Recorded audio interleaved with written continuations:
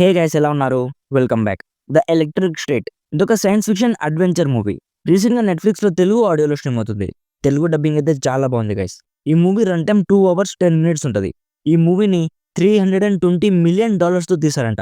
అంటే Indian currency ప్రకారం 2700 crores plus.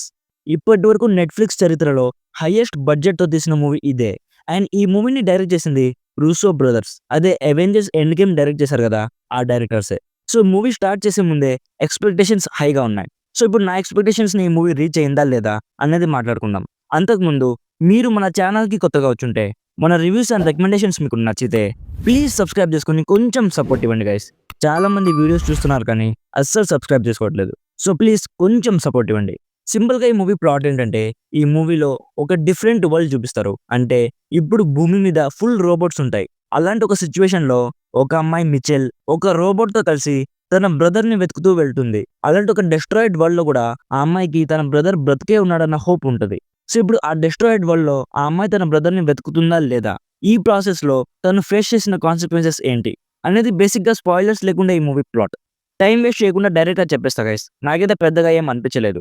ఈ మూవీ యాక్చువల్ టార్గెట్ అయితే మెచ్యూర్డ్ పీపుల్ కాదు. మెచ్యూర్డ్ అంటే కాంటెంట్ బేస్డ్ మూవీ చూసే వాళ్ళ కోసం అయితే అస్సలు కాదు. ఈ మూవీ చిన్న పిల్లల కోసమని స్టార్ట్ చేసిన 10 మినిట్స్‌కే అర్థమైపోయింది. టోటలీ వేస్ట్ అని చెప్పట్లేదు. బట్ కాంటెంట్ వైస్‌గా పెద్దగా కొత్తగా ఏం ఆఫర్ చేయదు. గ్రాఫిక్స్ కానీ, ఆ డెస్ట్రాయిడ్ వరల్డ్ కానీ ఇవన్నీ చూడ్డానికి చాలా బాగున్నాయి. కానీ స్టోరీ వైస్‌గా పెద్దగా ఏం లేదు. ఇలాంటి మూవీస్ మనం ఇప్పటివరకు చాలా చూసాం. లైక్ ఒక డెస్ట్రాయిడ్ వరల్డ్ ఉంటది. ఒక మెయిన్ క్యారెక్టర్ తన ఫ్యామిలీ మెంబర్స్‌ని వెతకడానికి వెళ్తూ ఉంటది. ఇలాంటి కాన్సెప్ట్ కొత్తదేం కాదు. ఫర్ ఎగ్జాంపుల్ మన 'రాక్' ది మూవీ ఉంది కదా! 'శాన్ ఆండ్రెస్' అలాంటి కాన్సెప్టే.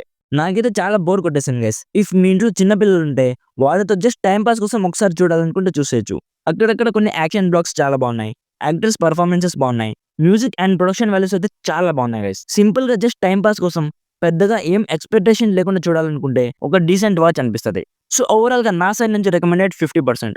అడల్ట్ కంటెంట్ ఏం లేదు, కావాలంటే ఫ్యామిలీతో చూడొచ్చు. సో, ఇది guys 'the electric state' movie గురించి. ఆల్రెడీ ఈ మూవీ మీరు చూసుంటే మీకెలా అనిపించిందో కామెంట్స్‌లో చెప్పండి. వీడియో నచ్చితే లైక్ చేసి మరిన్ని రివ్యూస్ అండ్ రికమెండేషన్స్ కోసం మన ఛానల్‌ని సబ్స్క్రైబ్ చేసుకోవడం మాత్రం అస్సలు మర్చిపోకండి. Thank you so much for watching. Meet you in the next video.